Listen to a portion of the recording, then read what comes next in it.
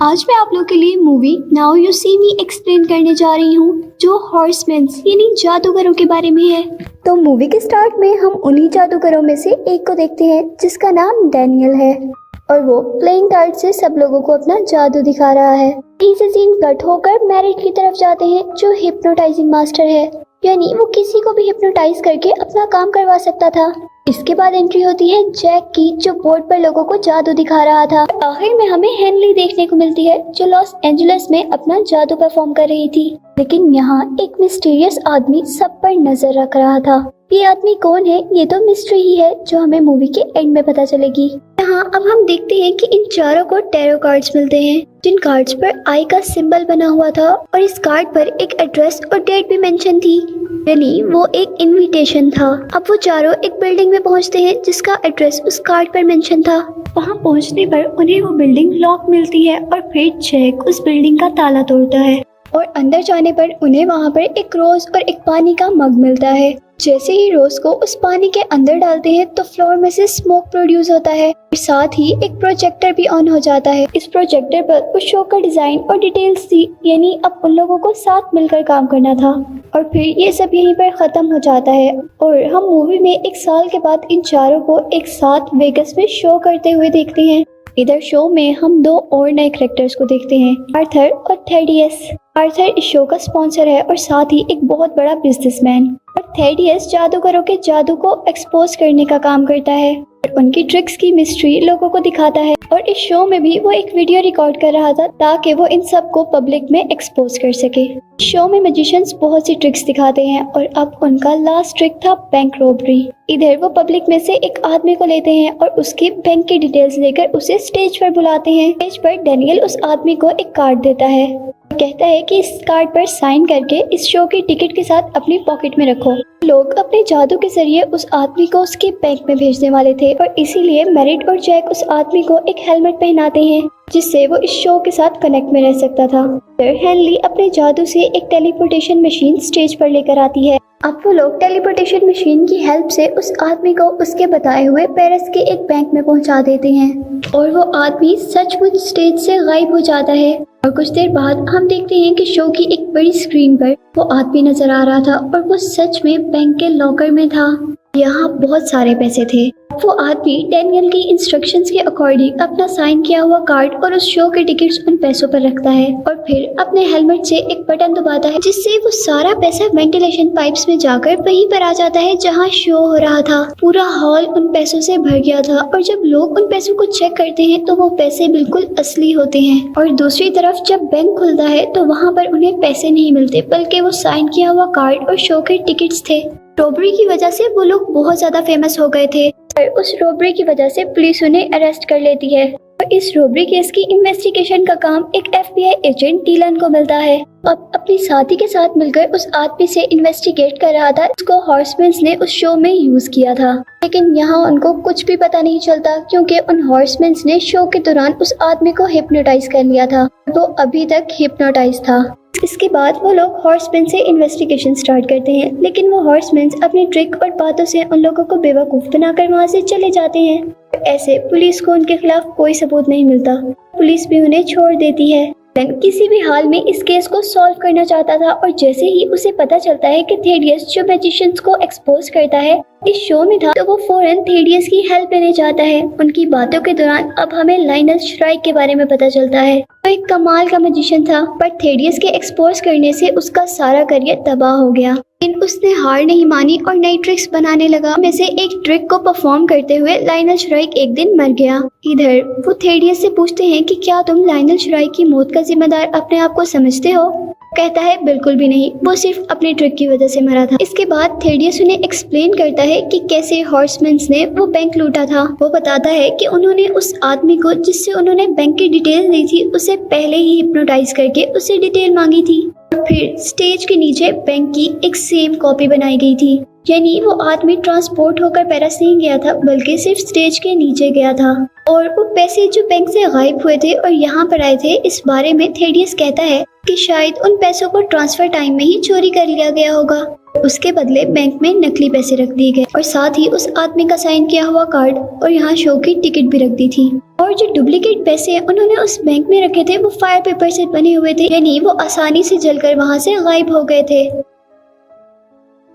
के बाद हम हॉर्समैन्स को अब एक नए शो में देखते हैं। हॉर्समैन्स के इस शो में डिलन, उसके साथी और थेडियस भी आते हैं। अब वो इस शो में अपनी लास्ट ट्रिक के लिए एक बिजनेसमैन आर्थर को बुलाते हैं और आर्थर ही इनके शो का स्पॉन्सर था। इधर डैनियल शो में आए लोगों से उनका बैंक बैलेंस चेक करने को कहता है। इसके बाद हेनली एक बहुत बड़ा सा चेक लेके आई होती है जिसमें वो पैसे मेंशन थे जो आर्थर के प्राइवेट बैंक अकाउंट में थे, जो अप्रोक्सीमेटली $140 मिलियन थे। और यहाँ मेरिट शो में आए हुए लोगों से दोबारा उनका बैंक बैलेंस चेक करने को कहता है और हैरानकुन तौर पर उनके अकाउंट में बैंक बैलेंस बढ़ता जा रहा था।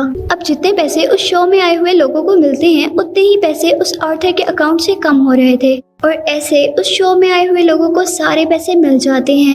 आर्थर का बैंक बैलेंस 0 हो जाता है। अब हॉर्समैन बताते हैं कि इस शो में आए सभी लोगों को जानबूझकर बुलाया गया था। लोगों को नेचुरल डिजास्टर की वजह से नुकसान उठाना पड़ा था। जब वो लोग इंश्योरेंस क्लेम करने गए थे तब उन्हें इंश्योरेंस के पैसे नहीं मिले। ये इंश्योरेंस कंपनी आर्थर की थी और इसीलिए उसके बैंक अकाउंट से सारे पैसे निकालकर इन लोगों को दे दिए गए। ये सब बताकर वो हॉर्समैन वहाँ से गायब हो जाते हैं। डिलन उन लोगों को पकड़ना चाहता था लेकिन वो फिर भी यहाँ से भागने में कामयाब हो गए थे। नेक्स्ट डे डिलन की साथी डिलन को द आई मैजिशियंस कम्युनिटी के बारे में बताती है, जो अमीरों से पैसा लूटकर गरीबों को देते थे। साथ ही वो इस दुनिया में गलत कामों को भी रोका करते थे। वो बताती है कि द आई कम्युनिटी हर 100 साल में 2 से 3 मैजिशियंस को अपनी कम्युनिटी में शामिल करते हैं। और फिर वो कहती है कि मुझे लगता है कि शायद वो हॉर्समैन इस आई कम्युनिटी में शामिल होना चाहते हैं और इसीलिए वो ऐसा कर रहे हैं। तब डिलन उसकी तरफ देखता है और कुछ सोचते हुए कहता है कि मुझे तो लगता है कि उनके साथ कोई 5वां आदमी में मिला हुआ है जो उनकी हेल्प करता है। इसी के बाद हम देखते हैं कि डिलन के फोन में कोई खराबी आ रही थी और जैसे ही वो फोन चेक करता है तो उसे पता चलता है कि वो तो उसका फोन है ही नहीं। उसका फोन तो डैनियल के पास है और इस फोन में आए हुए सभी मैसेजेस और कॉल्स ट्रेस हो रही थी। और इसके बाद इन्वेस्टिगेशन करने पर डिलन को उनका एड्रेस मिलता है जहां पर वो हॉर्समैन 1 साल से रह रहे थे। पर डिलन के वहां पहुंचने से पहले वो हॉर्समैन अपने सारे सबूत मिटा देते हैं। देखते हैं कि जैक कुछ पेपर चला रहा होता है और तभी डिलन वहां आ जाता है। बाकी तीनों हॉर्समैन वहां से चले गए थे, सिर्फ जैक ही वहां पर रह जाता है। जैक का अभी भी कुछ काम पड़ा था और इतने में ही दोनों के दरमियान में फाइट शुरू हो जाती है, लेकिन जैक वो पेपर्स लेकर वहां से भागने में कामयाब हो जाता है। अब हम देखते हैं कि जैक की कार के पीछे सभी FBI की कार्स लगी हुई थी क्योंकि वो जैक को पकड़ना चाहते थे और उससे वो डॉक्यूमेंट्स लेना चाहते थे जो उसके हाथ में थे। वहीं पर जैक की कार का एक्सीडेंट हो जाता है और वो मर जाता है। डिलन जल्दी से उसकी कार से वो डॉक्यूमेंट्स ले आता है और इतने में ही वो गाड़ी ब्लास्ट हो जाती है। यहाँ डिलन को उन पेपर से पता चलता है कि अब हॉर्समैन प्राइवेट सिक्योरिटी कॉन्ट्रैक्टर को लूटने वाले हैं जिसने मिलियंस डॉलर की करप्शन की हुई थी। इस चीज की इन्वेस्टिगेशन गवर्नमेंट भी कर रही थी और ये केस भी डिलन के ही अंडर था। और यहीं पर हमें ये भी पता चलता है कि डैनियल ने ये सारी इन्फॉर्मेशन डिलन के मोबाइल से ही ली थी। अब उनको पता चलता है कि वो सारे पैसे एक बहुत सिक्योर लॉकर में हैं और उस लॉकर को एक हाउस में रखा गया है। FBI की टीम उस बॉक्स की सिक्योरिटी के लिए वहाँ पर जाती है, लेकिन वहाँ जाने पर उन्हें वो हाउस बिल्कुल खाली मिलता है, यानी वहाँ पर कोई लॉकर नहीं था। और तब इन्वेस्टिगेशन करने पर पता चलता है कि डिलन के बॉस ने ही उस बॉक्स को ट्रांसफर करने की परमिशन दी थी, यानी उन हॉर्समैन ने उसके बॉस को भी हिप्नोटाइज कर लिया था। और जैसे ही अब डिलन उस ट्रक को ढूंढते हैं जिसमें वो तिजोरी थी तो वो देखते हैं कि वो लॉकर तो गलत है और इस लॉकर में सिर्फ बलून्स ही बलून्स भरे हुए हैं। यहाँ अब हम उन हॉर्समैन को यूट्यूब की एक वीडियो पर देखते हैं जहाँ वो अपने नए और आखिरी शो के बारे में बता रहे थे कि उनका शो किस जगह और किस टाइम पर होगा और ये शो बिल्कुल फ्री होगा, इसे सारे देखने आ सकते हैं। और ये सब FBI की टीम को भी पता चल जाता है और FBI की टीम भी वहाँ जाती है जहाँ पर उनका शो था। यहाँ मैजिशियंस बिल्डिंग के अंदर से लाइव ब्रॉडकास्ट करते हैं। प्रोजेक्टर से बिल्डिंग के ऊपर शो हो रहा था। फिर वो लोग बिल्डिंग के रूफ पर जाते हैं जहाँ उन्हें FBI पकड़ने आ जाती है, लेकिन FBI उन्हें पकड़ नहीं पाती क्योंकि वो सिर्फ पुतले थे। तो देखते हैं कि यहाँ वो तीनों मैजिशियंस दूसरी बिल्डिंग के टॉप पर थे। वो लोग अपने फैन से बात करते हैं और साथ ही वो बिल्डिंग से जंप लगा देते हैं। यहाँ भी वो तीनों असली नहीं थे, सिर्फ प्रोजेक्टर्स थे। इतने में ही वहाँ से सारे पैसे उड़ने लगते हैं। हमें दिखाया जाता है कि वो तीनों बिल्डिंग के पीछे से ही भाग रहे हैं। सभी लोग वो पैसा जमा करने के लिए लग गए थे, लेकिन एक FBI एजेंट देखता है कि वो पैसा तो नकली था। और फिर उनके लिए ये मिस्ट्री हो जाती है कि अगर ये पैसा नकली है तो असली पैसा कहाँ है। और इतने में ही थेडियस जो अपनी कार की तरफ जा रहा था, जब अपनी कार को अनलॉक करता है तो उसकी कार में से पैसे निकलते हैं, जिससे जाहिर होता है कि ये पैसे उसने चुराए थे या उसके लिए चुराए गए थे। और तब पुलिस थेडियस को अरेस्ट कर लेती है। और इधर डिलन को लगता है कि ये हॉर्समैन्स का 5वां साथी है। तो यहाँ डिलन जेल में थेडियस से मिलने आता है और थेडियस डिलन को कहता है कि मुझे पता है कि ये सब उन मैजिशियंस ने कैसे किया। वो कहता है कि जैक भी मरा नहीं है, वो भी जिंदा है। बताता है कि जिस गाड़ी में जैक भाग रहा था और जिस गाड़ी का FBI पीछा कर रही थी, वो दोनों गाड़ियाँ कोई और थी। जिस कार का FBI पीछा कर रही थी उसमें जैक नहीं था। फिर वो बताता है कि उस हाउस में जब तुमने देखा कि वहाँ लॉकर नहीं है और वो खाली है, भी एक सिर्फ स्कैम था, यानी उन्होंने उस लॉकर के आगे एक मिरर लगा दिया था, जिससे तुम्हें वो रूम खाली लगा। इसी के साथ वो कहता है कि जब तुम लोग दूसरे लॉकर को ढूंढने गए तो तभी जैक वहाँ पर आता है, मिरर तोड़कर और साथ ही वो लॉकर तोड़कर सारे पैसे ले जाता है। यहाँ डिलन उससे कहता है कि कोई खुद को मरने का नाटक क्यों करेगा, उन्होंने तो पैसे भी नहीं रखे, कोई इतना बड़ा रिस्क क्यों लेगा।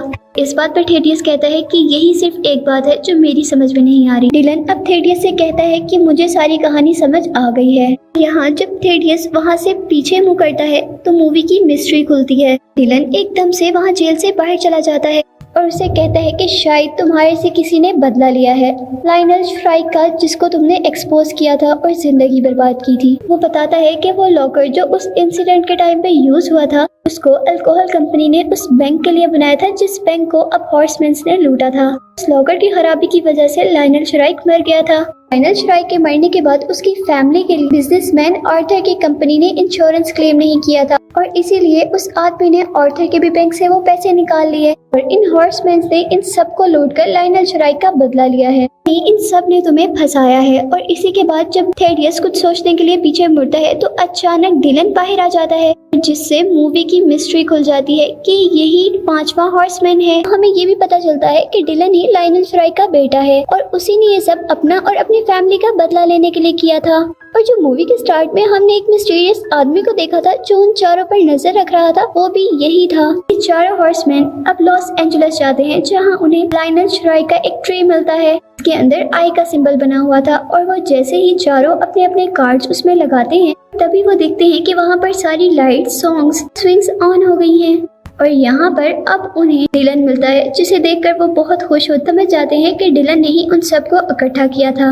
डिलन ही वो 5वां हॉर्समैन है और डिलन भी आई कम्युनिटी के लिए काम करता है और अब डिलन उन सबको आई कम्युनिटी में वेलकम कहता है। इसी के साथ ये मूवी यहीं पर एंड हो जाती है।